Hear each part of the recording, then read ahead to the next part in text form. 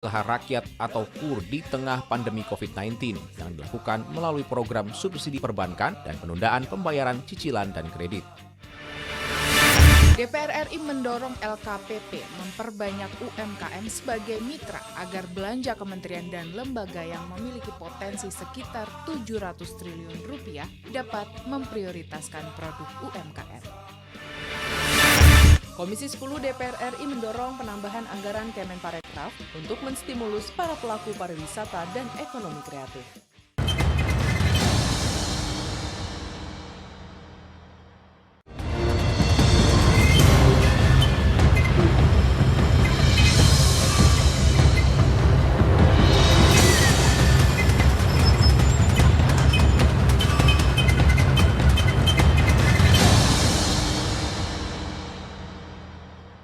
Apa kabar pemirsa, berjumpa lagi di Suara Parlemen Pagi bersama saya Anggun Oktarini dan rekan saya. Dan dengan Syoki Abdul. Dan tentunya di Senin 13 Juli 2020 kami sudah menyiapkan beragam informasi terkait dinamika juga kegiatan dari anggota parlemen di DPR RI Senayan, Jakarta. Betul sekali. Anggun, apa kabar di hari Senin ini?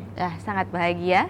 Dan pastinya juga kita berharap bahwa seluruh pemirsa yang sedang menyaksikan TVRI Parlemen, baik melalui kanal First Media maupun juga DPR Now, ini bisa dalam keadaan sehat. Dan sekali lagi untuk terus bagaimana menjalankan protokol kesehatan dengan selalu mencuci tangan dengan sabun dan juga air mengalir, dan juga terkait dengan bagaimana harus menggunakan masker. Betul, dan juga physical distancing. Karena kita ketahui bahwa ini prediksinya hingga akhir Juli 2020 nanti diprediksi jumlah pasien positif COVID-19 ini akan bisa mencapai lebih dari 100.000 orang. Wah, seperti itu ya. Dan ini juga sudah ada beberapa lonjakan setiap harinya, rekor di DKI Jakarta ini masih juga cukup tinggi, dan juga posisi pertama masih diduduki oleh Provinsi Jawa Timur. Tapi kita tidak akan membahas terkait dengan bagaimana ini pergerakan pasien COVID-19 ini. Kita akan membahas terkait juga ini salah satu yang menjadi concern kita juga nih Gun, karena ini membahas terkait dengan ekonomi, bagaimana cegah krisis dengan belanja. Nanti kita akan bersama dengan narasumber, tapi sebelumnya rekan saya Anggun akan membacakan berita yang pertama. 3 berita pilihan yang pertama hadir dari penyaluran KUR harus lebih dimaksimalkan. Lalu di sini anggota Komisi 11 DPR RI mengkritisi penyaluran kredit usaha rakyat atau KUR di tengah pandemi COVID-19 yang dilakukan melalui program subsidi perbankan dan penundaan pembayaran cicilan dan kredit. Dan berikut informasi selengkapnya. Anggota Komisi 11 DPR RI mengkritisi penyaluran kredit usaha rakyat atau KUR di tengah pandemi COVID-19 yang dilakukan melalui program subsidi perbankan dan penundaan pembayaran cicilan dan kredit. Ditemui di gedung DPR RI Jakarta, Mustafa menjelaskan penyaluran KUR oleh perbankan berada di bawah pengawasan Otoritas Jasa Keuangan atau OJK. Adapun Bank Indonesia memiliki fungsi dan peran sebagai otoritas moneter, sehingga perlu koordinasi Bank Indonesia dan OJK mendorong penyaluran KUR menjadi efektif dan efisien. Hal ini akan mendukung program pemulihan ekonomi nasional akibat pandemi COVID-19, sehingga UMKM dan daya beli masyarakat dapat bangkit kembali. Tapi faktanya di daerah kadang yang dulu dengan angka sampai dengan 250 juta sampai 50 juta ini juga 0 sampai 50 juta ini tidak pakai agunan dan lain sebagainya. Tapi faktanya di lapangan masih pakai KUR. KUR itu adalah penugasan loh. Penugasan yang dilakukan oleh Bank Umum. Anggota Komisi 11 DPR RI Sarmuji menilai realisasi penyaluran KUR di tengah pandemi COVID-19 masih mengalami kendala. Kebijakan subsidi perbankan untuk menunda pembayaran cicilan dan kredit diharapkan bisa membantu masyarakat menjaga kestabilan perekonomiannya. Kita juga menyediakan subsidi terhadap KUR, mereka yang mendapatkan fasilitas KUR belum bisa bayar, kita subsidi, kita tanggung beberapa bulan, 3-6 bulan bunganya. Artinya mereka kita harapkan untuk bisa hidup dan tidak membebani perbankan. Subsidi kan diambil dari APBN. Ajib dan Koko, TVR Parlemen melaporkan. Anggota Komisi 11 DPR RI Mustafa menjelaskan bahwa penyaluran KUR oleh perbankan berada di bawah pengawasan OJK, sedangkan peran dalam sektor moneter dijalankan oleh Bank Indonesia. Untuk itu, koordinasi antar dua lembaga amat diperlukan untuk mendorong penyaluran KUR pada program pemulihan ekonomi nasional, sehingga daya beli masyarakat dan UMKM dapat meningkat. Sementara itu, anggota Komisi 11 lainnya, Sarmuji di sini menilai kebijakan subsidi perbankan untuk menunda pembayaran cicilan dan kredit diharapkan mengurangi kendala dalam penyaluran KUR. Ya, ini terkait dengan bagaimana kondisi perekonomian. Kita beralih ke berita selanjutnya.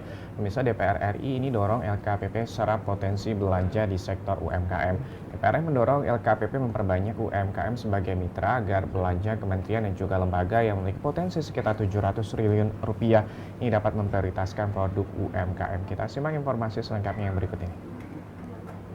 DPR RI mendorong LKPP memperbanyak UMKM sebagai mitra agar belanja kementerian dan lembaga yang memiliki potensi sekitar 700 triliun rupiah dapat memprioritaskan produk UMKM. Dalam rapat Komisi 11 DPR RI bersama Lembaga Kebijakan Pengadaan Barang Jasa Pemerintah atau LKPP dan Badan Pusat Statistik atau BPS, anggota Komisi 11 DPR RI Putri Aneta Komarudin menjelaskan saat ini UMKM merupakan sektor yang terdampak langsung oleh pandemi. Sehingga memfokuskan belanja pemerintah pada produk UMKM adalah upaya menjaga kestabilan ekonomi masyarakat secara langsung.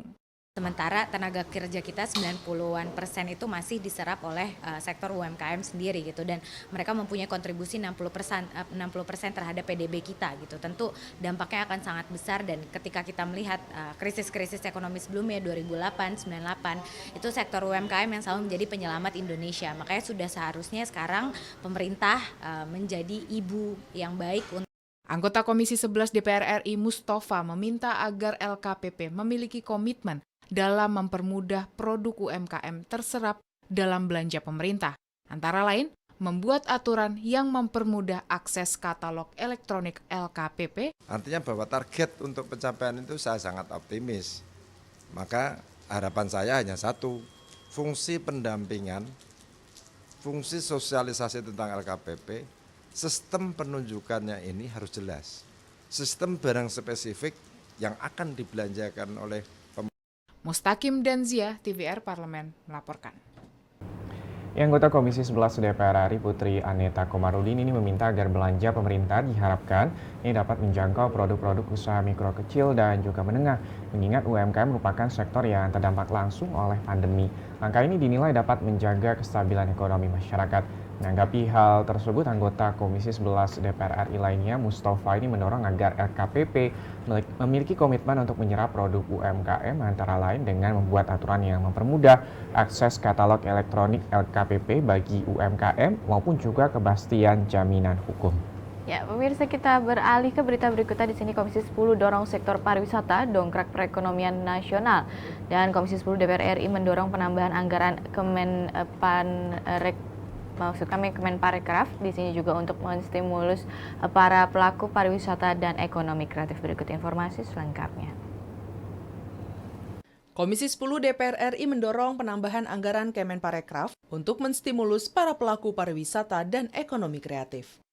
Ditemui usai rapat kerja Komisi 10 dengan Kementerian Pariwisata dan Ekonomi Kreatif di Kompleks Parlemen Senayan, Jakarta, Ketua Komisi 10 DPR RI Syaiful Huda menyampaikan, sektor pariwisata memiliki potensi untuk memperbaiki perekonomian.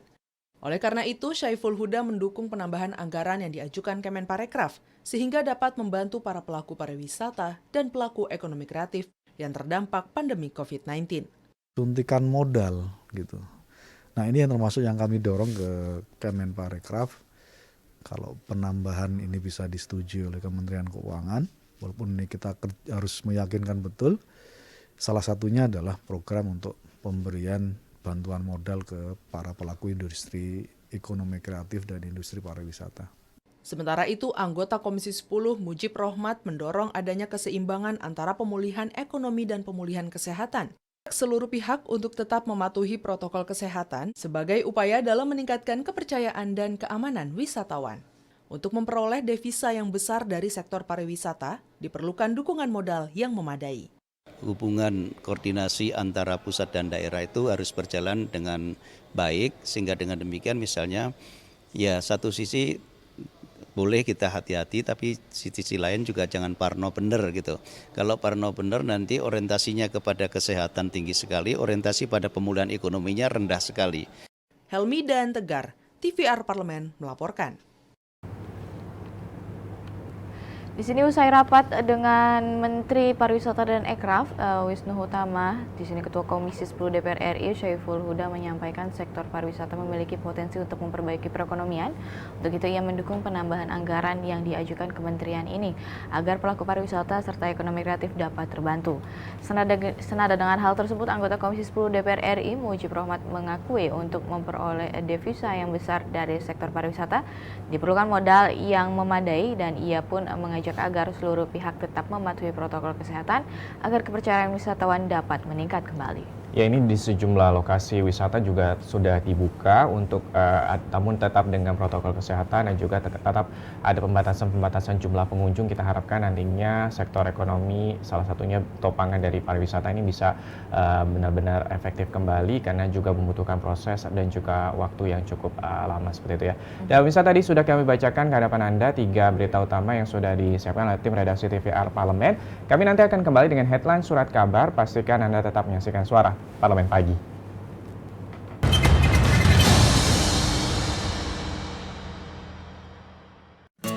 Indonesia siap memasuki tatanan hidup baru di tengah pandemi corona. Apa kita sudah paham persiapan dan protokol kesehatan yang harus dilakukan di lingkungan kerja? Pastikan kondisi tubuh sehat saat berangkat ke kantor. Gunakan masker. Membawa perlengkapan makan sendiri. Sediakan hand sanitizer dan selalu mencuci tangan. Saat akan melakukan ibadah, ingatlah untuk saling menjaga jarak aman dan membawa perlengkapan ibadah sendiri. Karena tempat ibadah sudah tidak menyediakan alat ibadah untuk mengurangi penyebaran virus corona. Semoga kita semua mampu memutus mata rantai penyebaran COVID-19 dan roda perekonomian pun tetap berputar.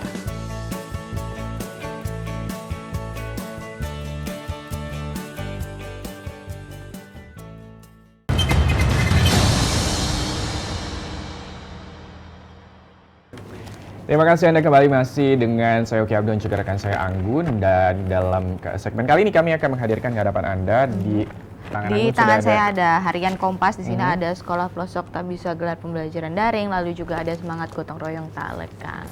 Ini kalau di harian koran Tempo, Mayday terkait dengan bagaimana pandemi telah melumpuhkan industri penerbangan maskapai dan juga pengelola bandara. Ini sudah nyaris kehabisan napas, berharap uluran tangan pemerintah. Selengkapnya dalam headline surat kabar.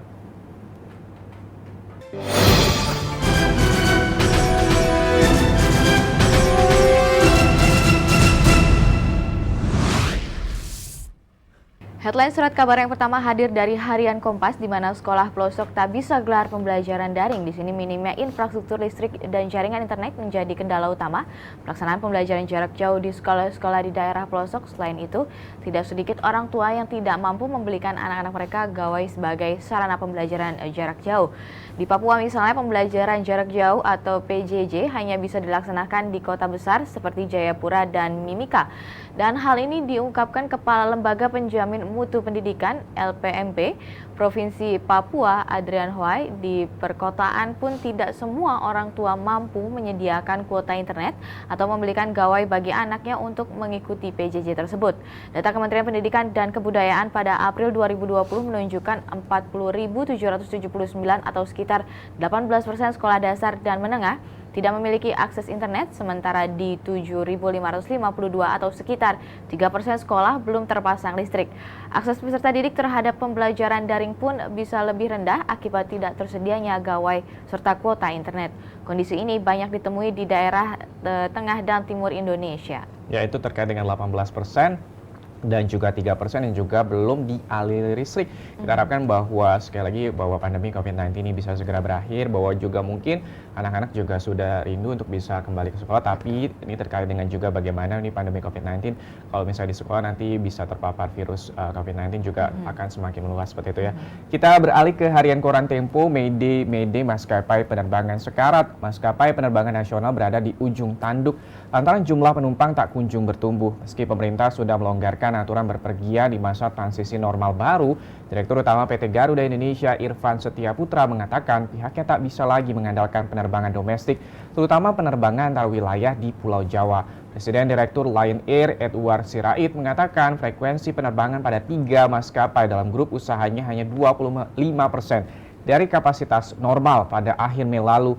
Lion Group juga sempat beberapa kali membekukan operasi karena kesulitan mengerek penumpang.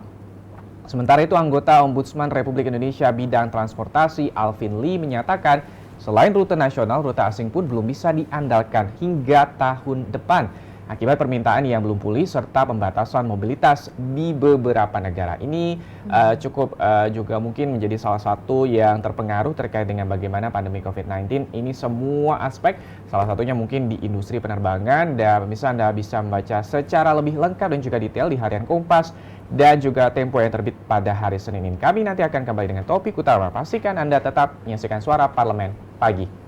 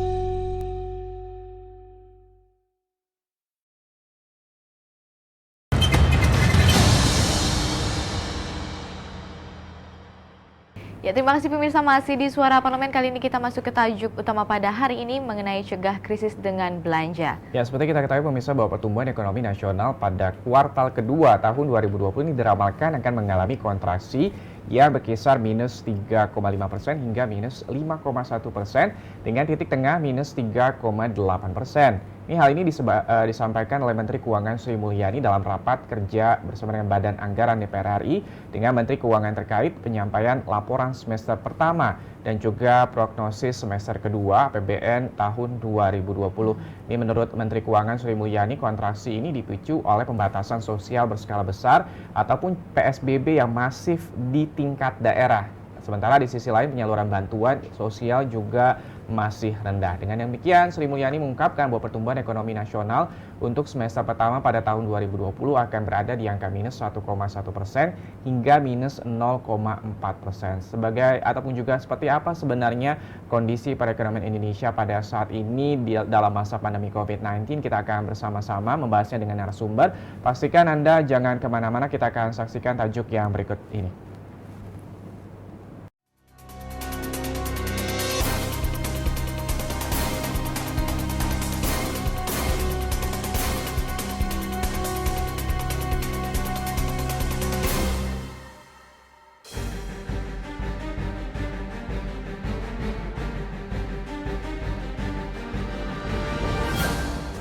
Cegah krisis dengan belanja, belanja, dan belanja.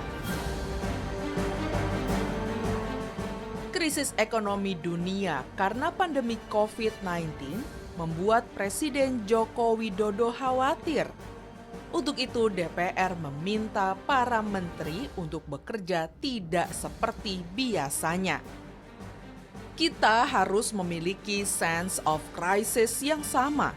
Regulasi disederhanakan, SOP sederhanakan. Sesuai dengan keadaan krisis yang kita hadapi. Semua negara sekarang ini mengalami krisis. Kerjanya juga cepat-cepatan. Dan kita berkejaran dengan yang namanya waktu. Kondisi ekonomi menurut Organisasi Kerjasama dan Pembangunan Ekonomi yang menyebutkan kontraksi ekonomi global diprediksi mencapai minus 6 hingga 7,6%. Sehingga di kuartal 3 ini adalah kuncinya. Kita melihat kondisi saat ini belum sesuai dengan yang diharapkan. Kuartal 2 2020 sudah dipastikan pertumbuhan ekonomi akan minus. Jika kuartal 3 di 2022 kembali minus, maka sudah dipastikan ekonomi Republik Indonesia masuk dalam jurang resesi. Ini baru awalnya saja. Indonesia akan masuk krisis tergantung bagaimana kuartal 3-nya nanti. Karena kalau kuartal 3 ekonomi kembali terkontraksi, maka bisa dipastikan terjadi krisis ekonomi.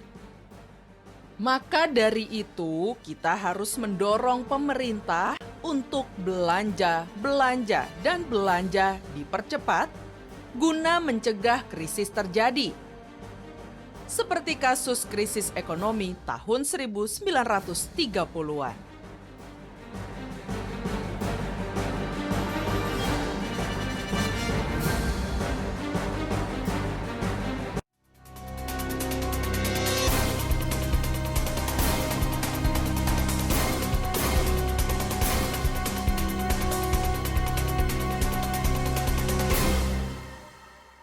Ya, pemirsa masih di Suara Parlemen. Tadi kita baru saja saksikan tajuk pada hari ini dan di studio sudah hadir. Ya, sudah hadir Bapak Muhammad Misbakun, SEMH dari fraksi Partai Golongan Karya Daerah Pemilihan Jawa Timur 2 ya Pak, sebagai anggota Komisi 11 DPR RI. Pak, apa kabar hari ini? Kabar baik. Alhamdulillah baik ya Pak. Tapi sebelum kita masuk dalam tajuk pada hari ini Pak, kalau misalnya membahas terkait dengan daerah pemilihan Bapak di Jatim 2 ini, bagaimana kondisi terkait dengan pandemi COVID-19 ini Pak? Ada beberapa masalah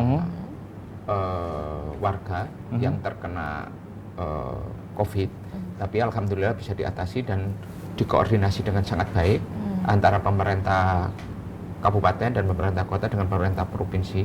Tetapi kan episentrumnya Jawa Timur kan bukan di dapil saya.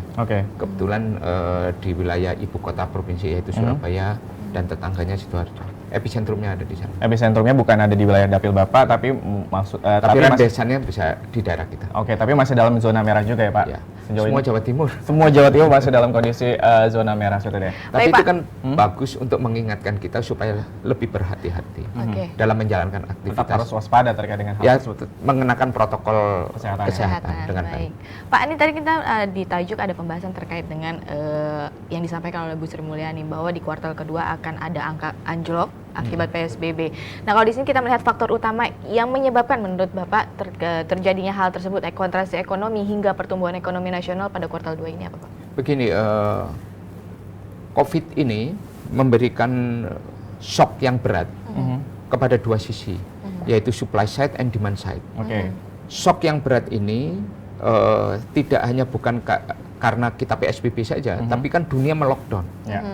Sehingga ekonomi dunia, perdagangan internasional, di mana pertumbuhan kita mempunyai angka ekspor, kita mempunyai impor juga, dan itu kan tergantung kepada international trade. International trade-nya sedang mengalami permasalahan yang berat karena pandemi COVID. Ini memberikan dampak juga kepada dalam negeri kita mengenai apa kebutuhan-kebutuhan impor kita terhadap consumption, dan apalagi ekonomi kita itu di-drive oleh konsumsi rumah tangga. Konsumsi rumah tangga kita mulai bulan Maret, April, Mei, Juni itu mengalami penurunan yang sangat tajam. PSBB itu adalah salah satu aspek yang menjadi salah satu sebab di antara akumulasi sebab-sebab yang lain. Jadi kalau kita mau menyalakan bukan menyalakan ya, tapi kemudian menjadikan PSBB constraint, iya, tapi itu bukan satu-satunya.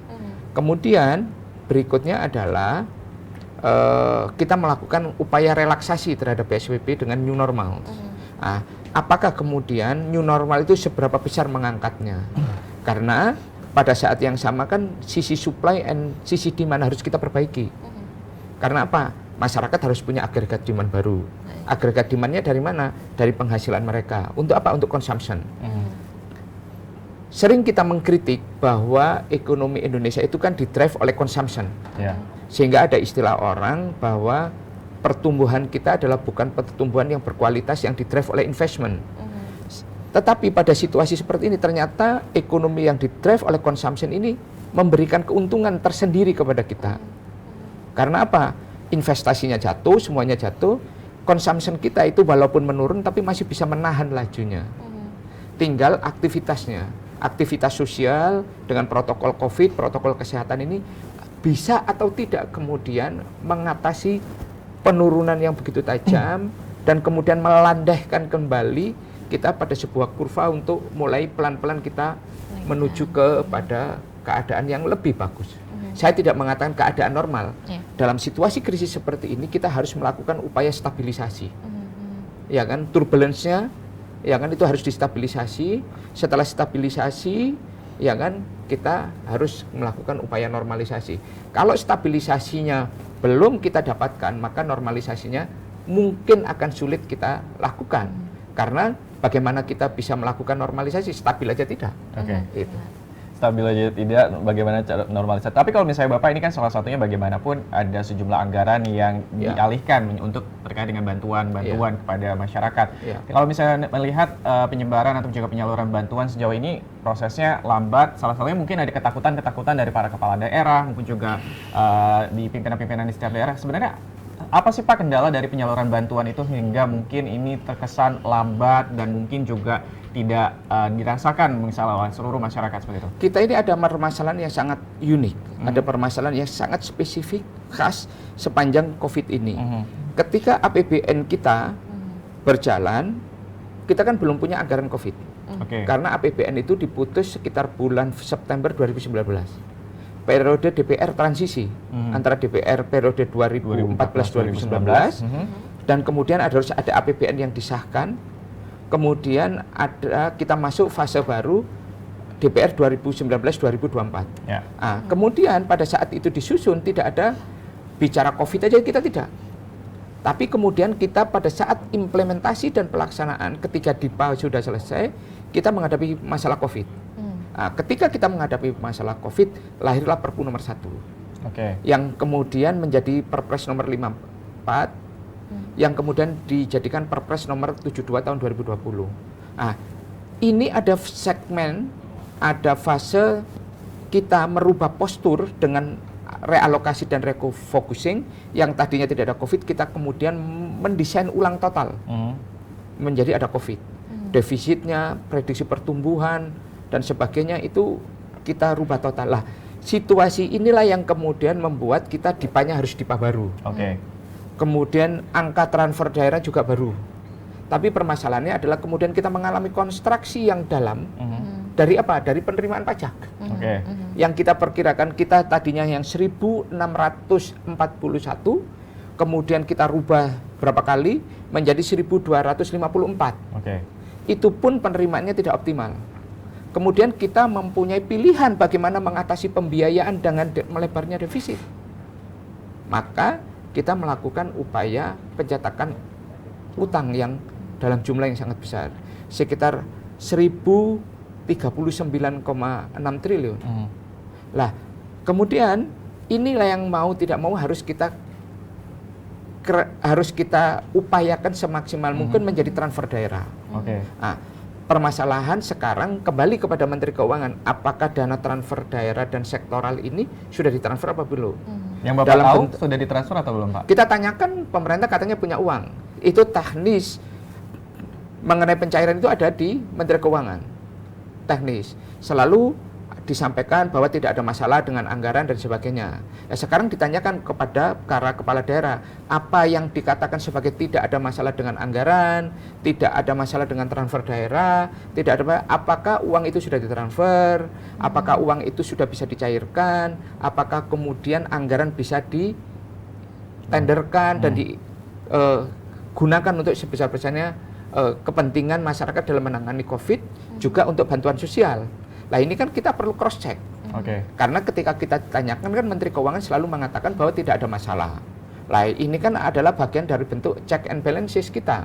Kita sudah melakukan checks, pemerintah daerah tinggal mengkonfirmasi apakah benar yang disampaikan. Karena apa? Pada saat yang sama isu masalah pencairan, isu masalah penyerapan anggaran itu menjadi isu yang banyak dibicarakan. Bapak Presiden sendiri mengatakan pada situasi seperti ini harusnya uang itu sudah ada di tengah-tengah masyarakat. Oke. Lah, itulah yang saya sampaikan bagaimana kita meng-create agregat demand baru. Karena apa? Kalau agregat demand baru ini masyarakat yang mendapatkan bantuan sosial tentunya dia masih mempunyai kapasitas untuk membeli. Ya. Karena uang-uang yang tadinya untuk kebutuhan pokok dia ditopang oleh negara. Lah, paling tidak ini bisa dipakai untuk menciptakan agregat demand baru. Nah, seberapa besar manfaatnya, seberapa besar sumbangsinya terhadap pertumbuhan, itulah yang akan nanti kita ukur efektivitasnya. Jadi, kita melihat seberapa besar. Karena apa? Krisis itu menghasilkan apa? Orang miskin baru, menimbulkan kerentanan-kerentanan baru. Orang yang tadinya masyarakat kelompok kelas menengah bawah, yang tadinya itu mulai stabil, kemudian tapi mereka masih punya kerentanan. Kerentanan apa? Apabila di PHK, apabila kemudian mereka dirumahkan, dan sebagainya. Lah, kerentanan-kerentanan ini seberapa besar ditopang? Kalau mereka ini tidak ditopang oleh kehadiran program-program negara, misalnya listrik dibebaskan, ya kan, kemudian tidak ada program bantuan sosial, atau itu. Lah, sekarang apakah dengan program yang sudah ada ini pemerintah cukup memadai untuk mengatasi kerentanan itu? Kelompok menengah bawah, dan di dalamnya ini kan kita ini mempunyai sekitar 20% yang harus ditopang dengan program sosial yang masif. Dan kemudian ada kelompok di atasnya ini sekitar 40%. Ini kan mempunyai kerentanan turun ke bawah. Lah, apakah program yang disusun dalam program pemulihan ekonomi, program kesehatan, program sosial, bantuan sosial, itu bisa mengatasi apa tidak? Apakah cukup masif untuk itu? Lah, ini menjadi pertanyaan kita. Karena dalam setiap rapat kita selalu mengingatkan kepada pemerintah, apakah program itu memadai, mempunyai daya dorong, dan bisa mempenetrasi masyarakat, dan kemudian bersifat apa? Stimulus terhadap kehidupan masyarakat itu semua. Karena kalau program ini tidak mempunyai daya ungkit dari sisi ekonomi, tentu kita akan tetap mengalami sebuah proses decline yang memanjang. Oke, Pak Misbah, kita nanti lanjutkan pembahasan bagaimana kondisi perekonomian Indonesia pada masa pandemi COVID-19 ini. Pak Mirsa, pastikan Anda tetap menyaksikan Suara Parlemen Pagi. Tapi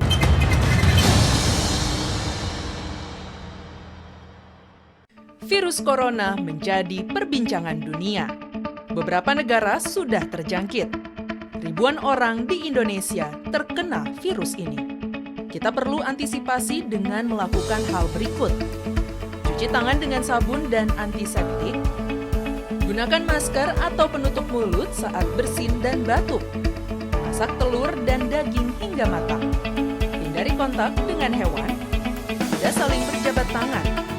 Tidak berinteraksi dengan penderita.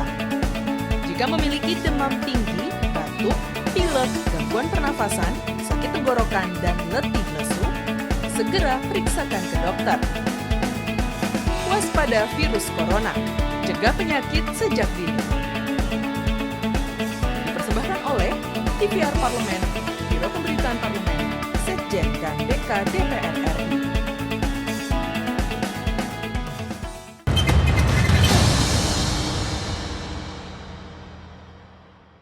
Ya, kembali lagi di Suara Parlemen, dan Pak, ini kita masih membahas terkait dengan tajuk pada hari ini. Ini kan tadi ada pembahasan mengenai kuartal kedua bahwa akan ada anjlok angkanya, dan apakah nanti di kuartal ketiga 2020 ini hal ini akan terjadi kembali? Gini, sebenarnya kalau prediksi minus di kuartal ketiga itu sudah diperkirakan oleh banyak pihak. Tapi seberapa dalam? Kita semuanya hanya bisa memprediksi. Menteri Keuangan mengatakan antara 3,1 sampai 5, dan kemungkinan diperkirakan direalisasi antara 3,8. BPS mengatakan sekitar 4,7 dan sebagainya. Tapi kita tunggu tanggal 5 Agustus BPS akan mengumumkan berapa. Ingat, Cina ketika pertama kali menemukan 27 November COVID, kuartal pertama Cina minus 6,7. The biggest economic volumes in the world, the second one, itu minus 6,7. Minus. Kita bersyukur dan alhamdulillah yang tadinya diprediksi oleh Menteri Keuangan 4,5-4,7, realisasinya 2,97. Nah, kuartal kedua semua orang akan memperkirakan akan minus. Sebenarnya new normal itu dilakukan sebagai upaya tadi untuk mengangkat apa? Kita itu tidak terlalu dalam. Tidak terlalu dalam. Sehingga apa? New normal ini sehingga ada aktivitas manusia, ada interaksi sosial, sehingga apa? Aktivitas dan interaksi sosial manusia itu mempunyai nilai ekonomi. Ya kan? Orang tidak PSBB, tidak full, tidak. Nah, cuma permasalahannya adalah kemudian ini seberapa, yang seperti saya sampaikan, seberapa efektif melandaikan atau mengangkat. Itu. Kan penurunannya begini. Begitu penurunannya begini, pada saat COVID-nya menaik, penurunannya begini, kita ini berada di palung paling bawahnya berapa? Lah nanti di kuartal yang ketiga, kedua itu sudah titik palung kita paling dalam, atau kita ini masih bergerak ke bawah, atau kurvanya sudah rebound. Itu kurvanya rebound atau kita berjalan di dasar kurva. Nah ini yang harus antara rebound dan di bawah kurva ini bukan sebuah keadaan alami. Situasi desain ekonomi itu harus by policy. Oke, kebijakan. Siapa faktor pengungkitnya? Mungkin new normal salah satu. Tapi new normal ini kan baru dari aktivitas ekonomi, baru aktivitas sosial. Ya kan?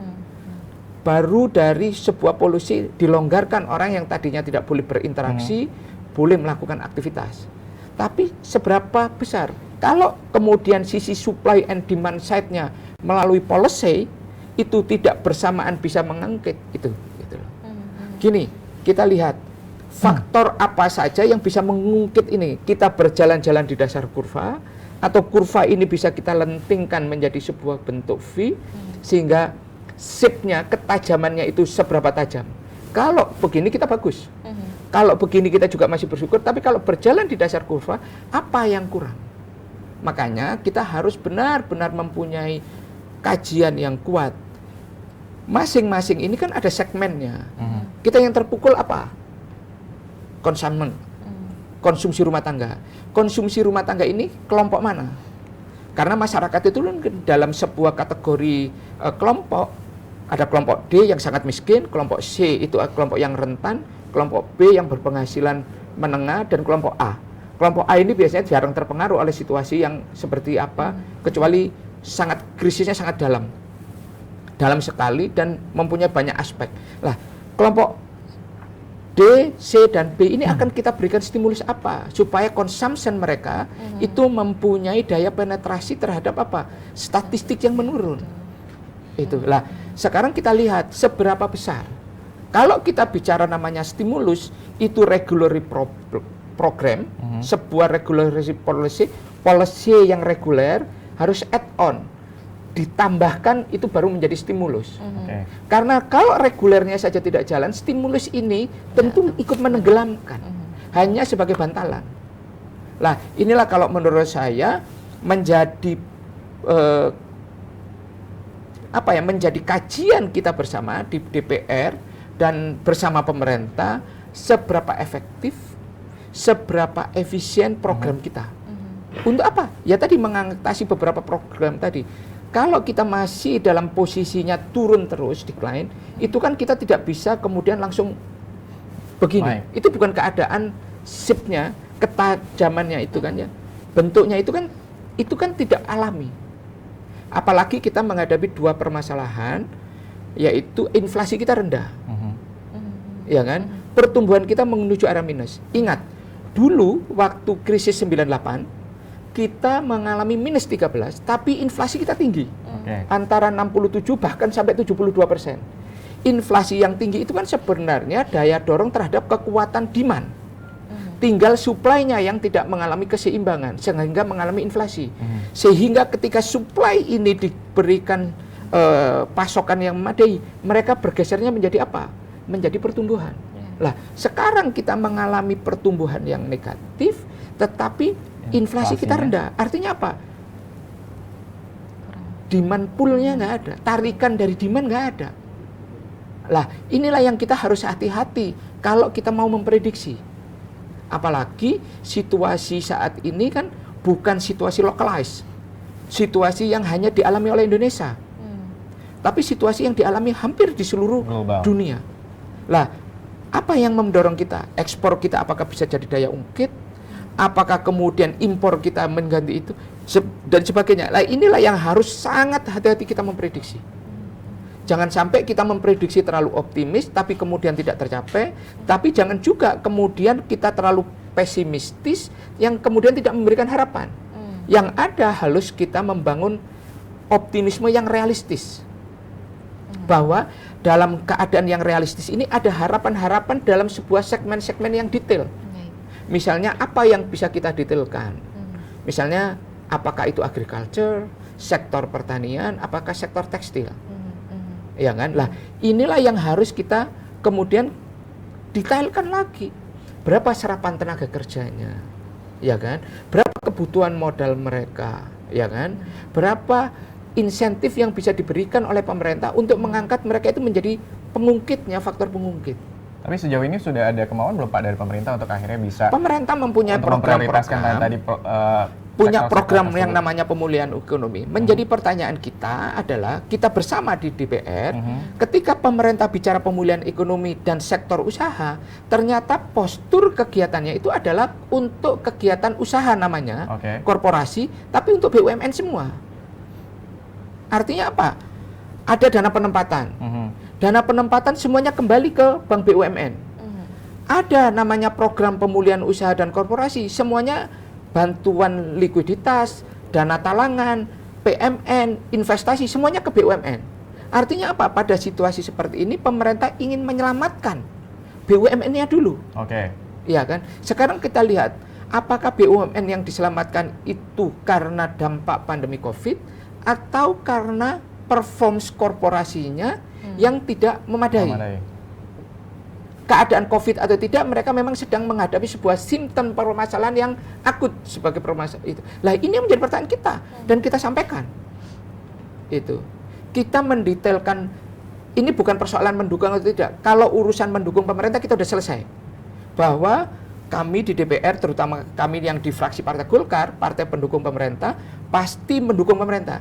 Tetapi seberapa detail dukungan kita itu harus bersifat substantif. Untuk apa? Untuk supaya kita tahu bahwa program itu efektif, memberikan daya dukung dan memberikan perbaikan kepada sisi ekonomi kita. Karena apa?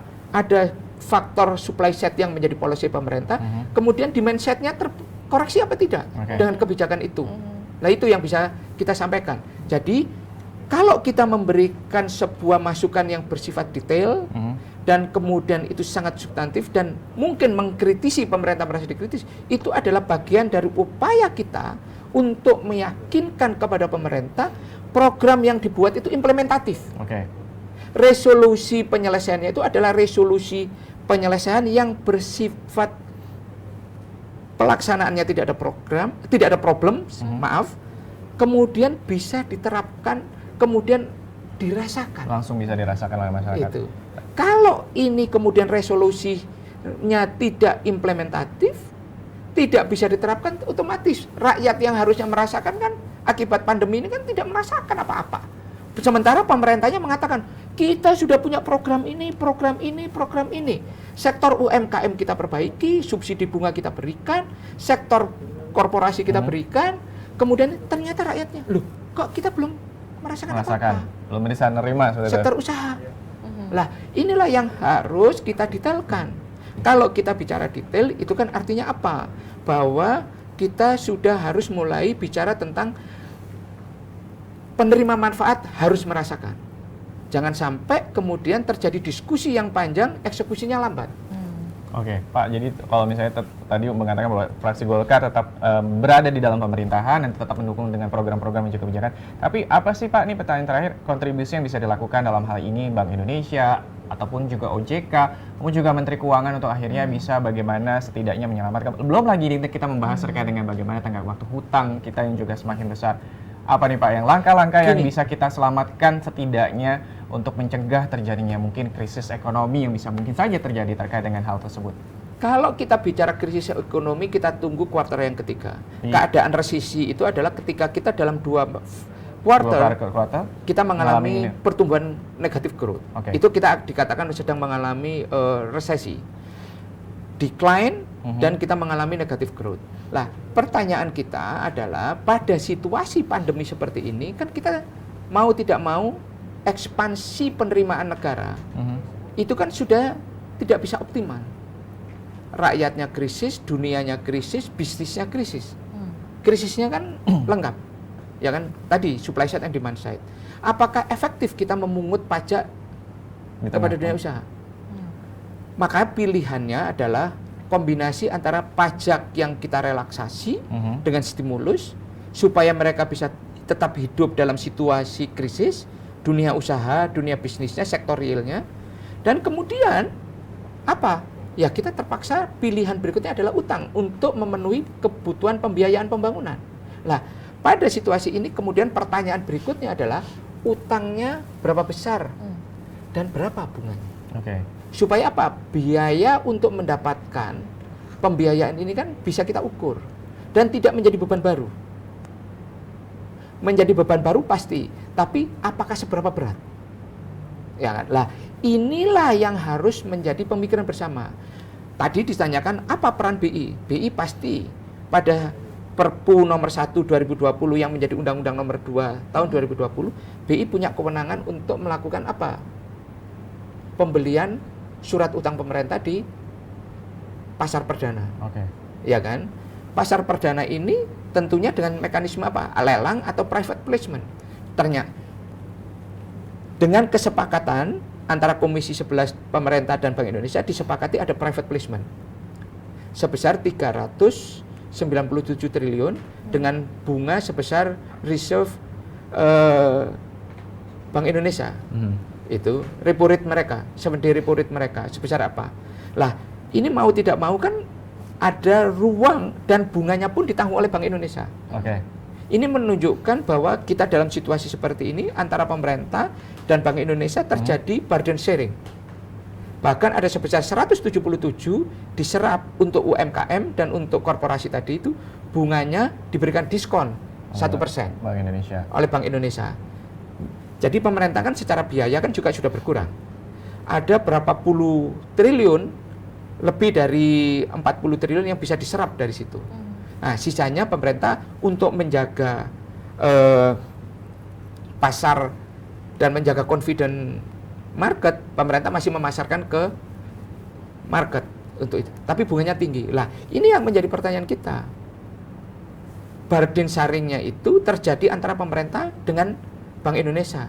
Artinya burden sharingnya berbagi beban itu di negara. Oke. Antar lembaga aja, bukan kepada pasar. Dan itu kita sampaikan kepada Menteri Keuangan. Itu.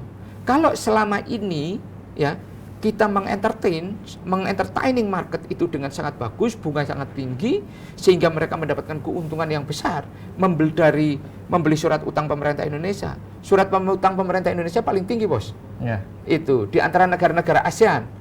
Itu Filipina sekitar 2,8, Vietnam 2,2, bahkan 2, itu.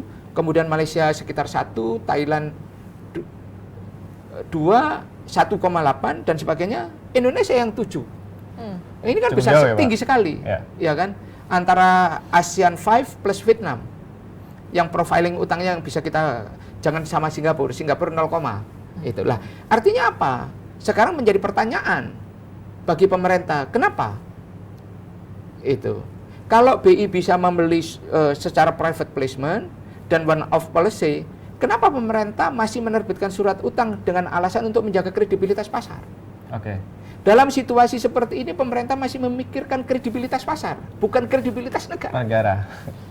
Itu. Tapi itu sudah disampaikan oleh. Itu kita sampaikan kepada pemerintah.